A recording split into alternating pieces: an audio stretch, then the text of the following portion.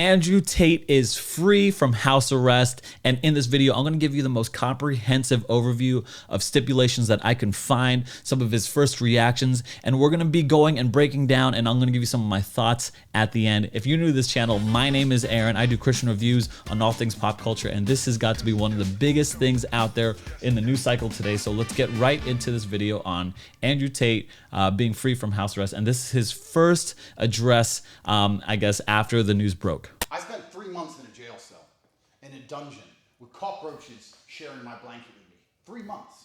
Then I finally got released. 7 months I've been locked in my house, and today a judge decided to let me go. I want everybody at home to understand exactly why that is. Up until now, all of the imprisonment and the deprivation of my liberty had nothing to do with evidence. It wasn't about evidence in a case file. It was the Romanian judicial system trying to decide if 1, I am a public danger, or 2, I am a flight risk. And to be fair to them, I am non-emotional, I am a professional, even when I am suffering. And I understand as an international man of huge financial resource, it's easy to deem me a flight risk. So my liberty was deprived. Only recently I was charged. This indictment appeared.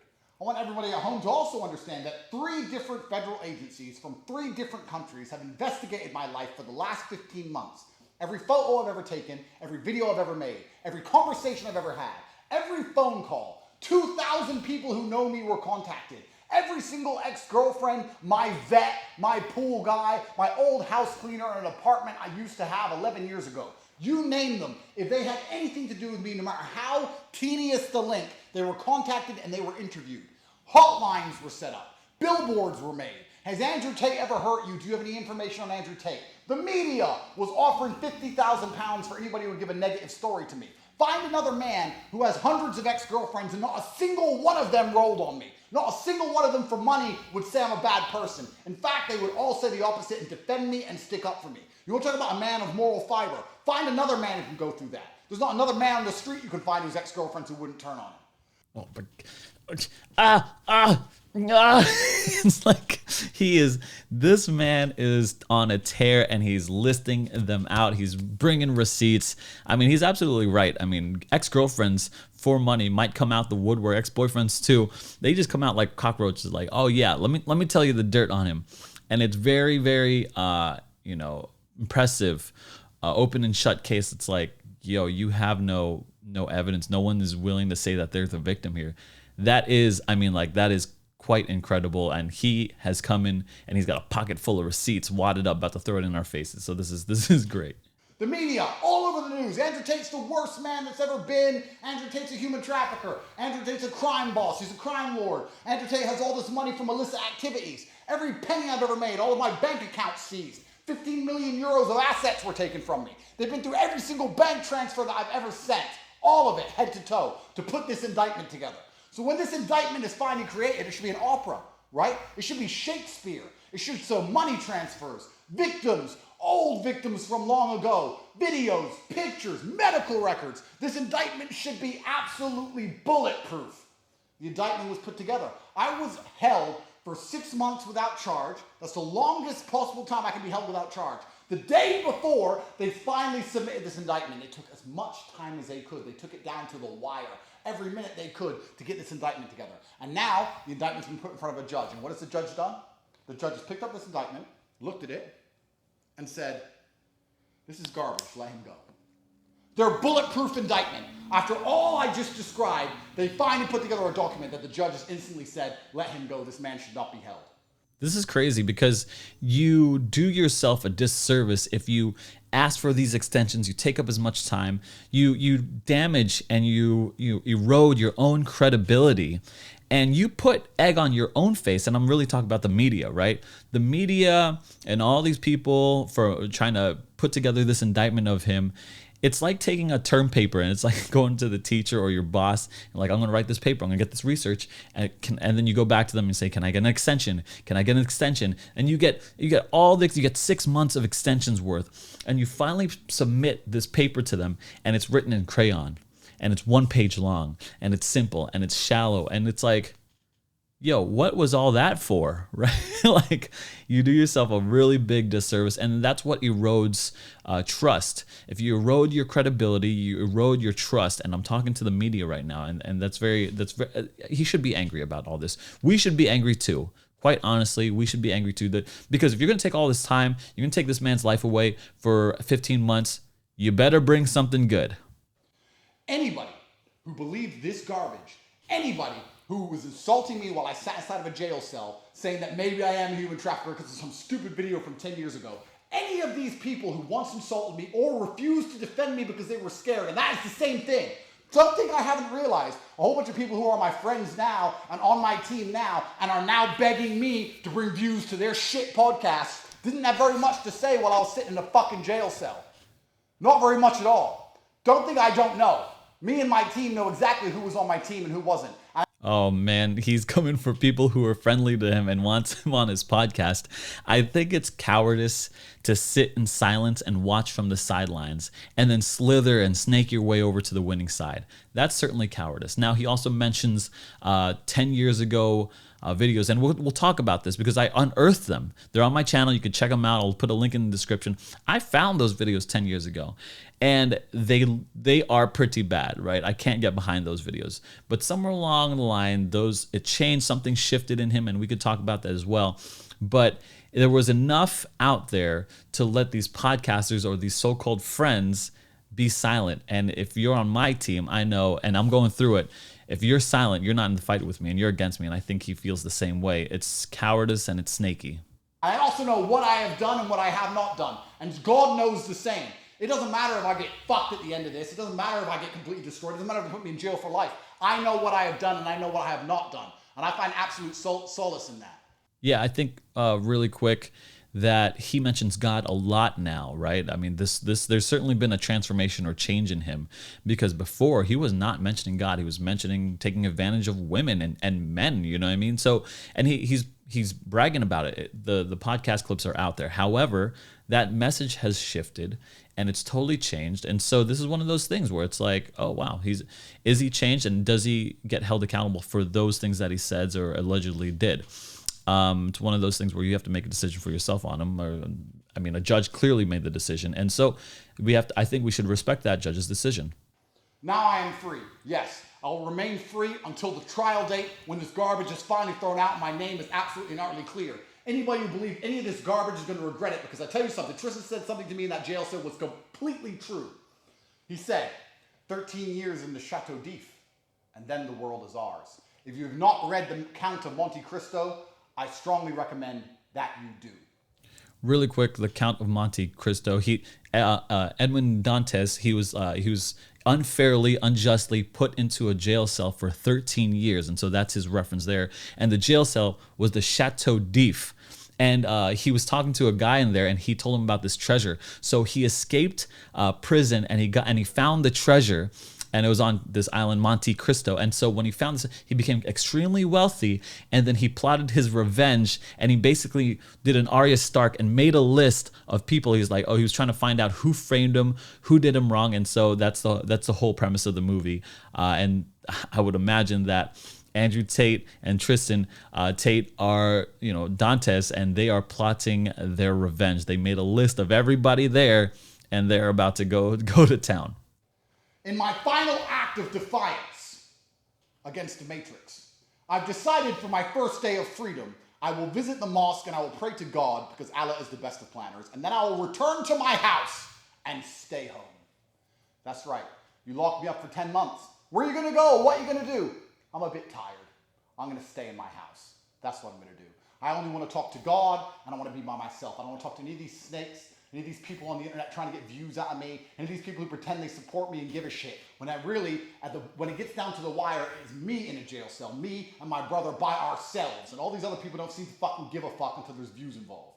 Yeah, so basically he recognized that these people are trying to use him, and they're not really friends. However, he did mention something that's quite interesting.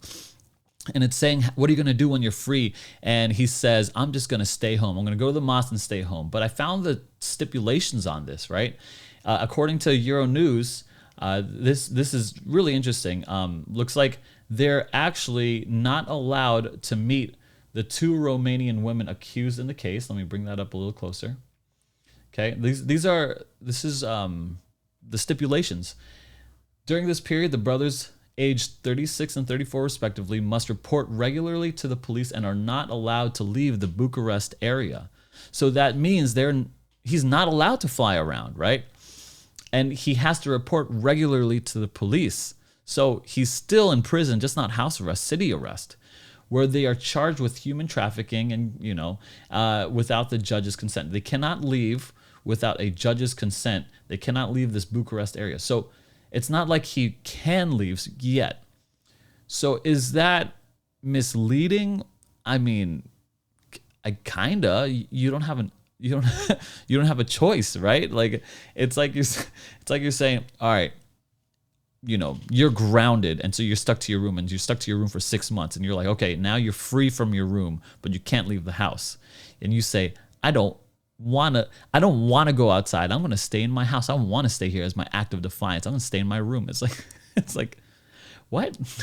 So I'm not too sure. I don't know if this Euronews is telling the whole truth, but that's what's happened. The Bucharest Court of Appeal made this ruling on Friday, and which is today. And so, they're also subject to new conditions, and which are valid for a period of 60 days until the early October. So he's still not out of the woods yet. He doesn't, he still has to go to trial to be completely exonerated. And so that's one of those things where it's like a little weird that he would say it like that. Lies get tired. Lies get exhausted. It takes untold energy to continue to prop up a lie. It goes against the laws of physics. There's only so many times you can tell the world I'm a human trafficker with no evidence. Where's the girls? Where's the videos? Where's the victims? Where's the pictures? There's nothing. How many times can you continue to repeat the same garbage with no evidence? Nobody believes it. The moral arc of the universe bends towards truth. And I tell you something, when I am released from all of this, I'm going to use my massive platform and enormous financial capability to launch a charity to prevent this happening from any man ever again. This is enough, and it's going to have to stop, and I'm going to stop it. Okay, so he is certainly on a fiery path right now. He's certainly one of those guys who is just feels so attacked, and now he's channeling that energy from betrayal and anger into something that I think is positive. At least he thinks is positive. And one thing that he mentioned was that the moral arc of the universe bends towards truth. That's a beautiful way to say it, honestly. That's beautifully crafted, and I think that's right. I think if I were to extend that within a Christian perspective, the arc of the universe bends towards truth in the ultimate sense. So he mentioned that even if something happened to him in this life, he knows what he did and didn't do.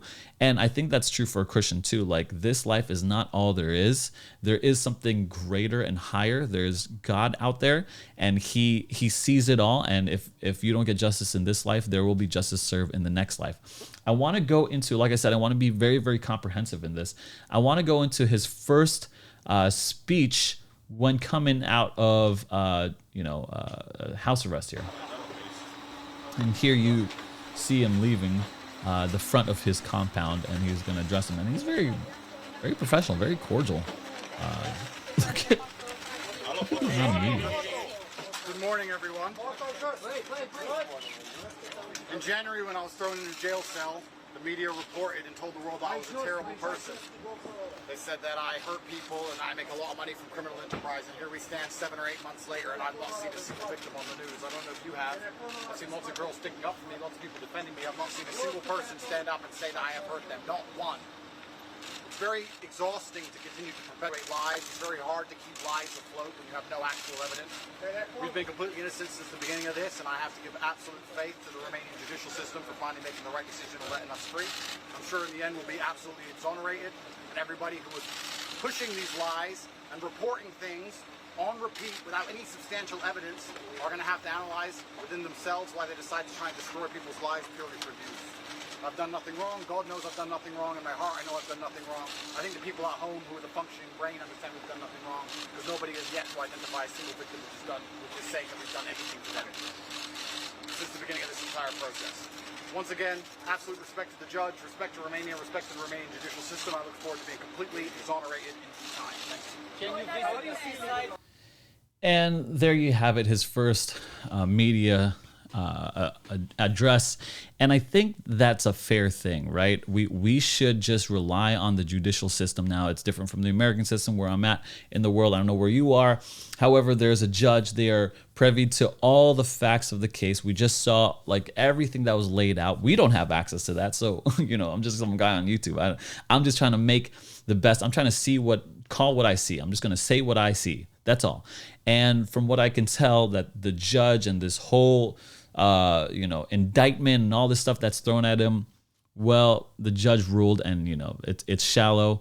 It doesn't hold any water, and he's going to walk free from this one. Now, I would like to say this, that people can change, right? 10 years ago, he admitted, and there's video on my channel and a lot of other people's channels where he's talking about scamming people and taking advantage of people and lying to the girls about how much they get paid. Apparently none of that is illegal, which is fine. I mean, that's the different laws in different states and stuff. But I do think that people do change, that God changes hearts. I think that Andrew Tate 10 years ago was a completely different Andrew Tate with very low moral fiber, with not a good worldview. And now it's certainly better, although I don't agree with his total worldview and how he cares about himself. I would say it is better, like he talks about God, he talks about morality, he talks about doing the right thing, taking responsibility. I don't agree with his whole message. Just don't put me in that box.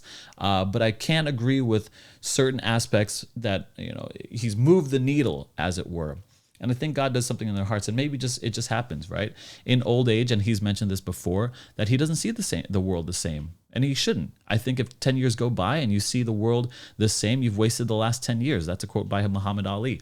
Now, I think, and I hope, and I pray that his faith in God is genuine. I'm of the Christian tradition here, and so we're worshiping different gods in Islam and Christianity, but I can't certainly say it hasn't done any bad. It's done better for him.